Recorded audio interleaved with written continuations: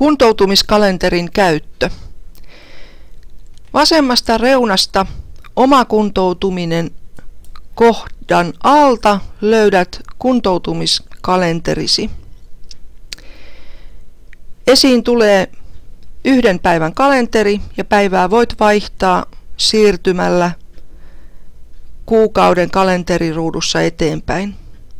Kuukausia voit selata nuolilla eteenpäin ja taaksepäin. Tulevat merkinnät sijoittuvat erilaisiin kategorioihin, joiden avulla on helppo nähdä kuukauden osalta, mitä eri lajeja kalenteriin on merkitty. Täällä on kestävyysliikuntaa, muuta lihaskuntoa, ravitsemusasioita, kuntoutumispäiväkirjaa, arkia, työmatkaliikuntaa, tapaamisia, työtä, kuntouttajan antamaa palautetta, joutenoloa, virkistymistä ja niin edelleen. Tehdään uusi merkintä kalenteriin. Ylhäällä on linkki Uusi tapahtuma. Määritellään alkamis- ja loppumisajankohdat, päiväys ja kellonaika. Otan 13.8.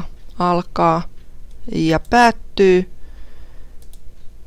kello 12–16. Virkistyminen, virkistys ja palautuminen, ja tähän kirjoitetaan otsikko. Ystävien kanssa retkellä menemme rannalle. Jos kyseessä on kokopäivätapahtuma, rastitetaan ruutu, jolloin kellonajoilla ei ole merkitystä. Näin varsinkin, jos haluaa merkitä vaikkapa viikon loman, voi merkitä alkamis- ja loppumispäivän ja koko päivän tapahtumat näiden päivämäärien välissä. Painetaan lisää painiketta. Uusi tapahtuma on syötetty. Jatketaan. Noin. Tämä on siis 13. päivän kohdalla. Ja tuolla näen, milloin se alkaa ja milloin se päättyy.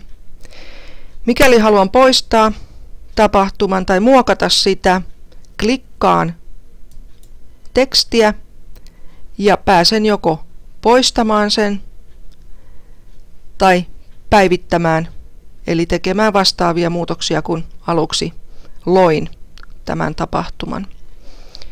En nyt tee niitä tällä kertaa. Siirryn katsomaan kuukausinäkymää. Näytä kuukaudet tai peräti näytä vuodet. Ja tässä nähdään, miten eri värit kuvaavat erityyppisiä tapahtumia.